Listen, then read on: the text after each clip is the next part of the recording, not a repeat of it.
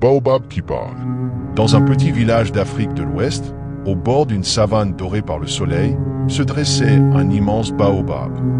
On disait qu'il était là depuis des siècles, qu'il avait vu naître et mourir des générations entières.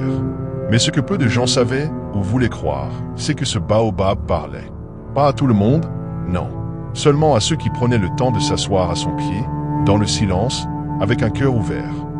Le vieux Mbaye, un ancien du village, affirmait que l'arbre lui avait donné des conseils quand il était jeune. C'est lui qui m'a dit de ne pas partir à la ville, sinon je ne serais pas là aujourd'hui.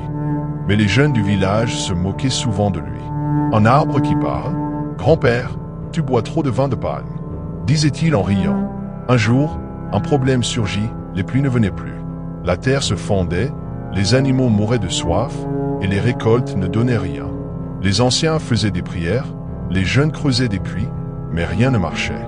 Un soir, une jeune fille nommée Aïssatou, connue pour sa curiosité et son esprit calme, alla s'asseoir au pied du baobab.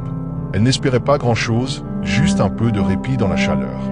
Mais alors que le vent soufflait doucement, une voix grave et profonde résonna dans les feuilles. « Petite Aïssatou, pourquoi ton peuple ne m'écoute-t-il pas ?»« Qui parle ?» demanda-t-elle, le cœur battant. « C'est moi, le baobab. Je vois, j'entends, j'apprends. Depuis longtemps. Mais l'homme est devenu sourd à la nature. » Émerveillée, Aïssatou l'écouta parler toute la nuit. Le baobab lui expliqua que sous ses racines coulait une nappe d'eau ancienne, oubliée des hommes. Il suffisait de creuser à un certain endroit, à côté de sa base, pour la libérer. Le lendemain, Aïssatou courut au village raconter ce qu'elle avait entendu. Mais les gens rirent encore. Une nappe d'eau, sous l'arbre, c'est du sable sec, rien d'autre. Personne ne voulut l'écouter. Personne sauf Mbaye, qui la regarda avec ses yeux fatigués mais brillants. Elle dit la vérité, murmura-t-il. J'ai entendu la même voix, autrefois. Alors, tous les deux commencèrent à creuser. Les enfants les regardaient, amusés. Les femmes secouaient la tête, les hommes haussaient les épaules. Mais au bout de 3 jours, un miracle, la terre devint humide, puis boueuse, puis l'eau jaillit, fraîche et claire.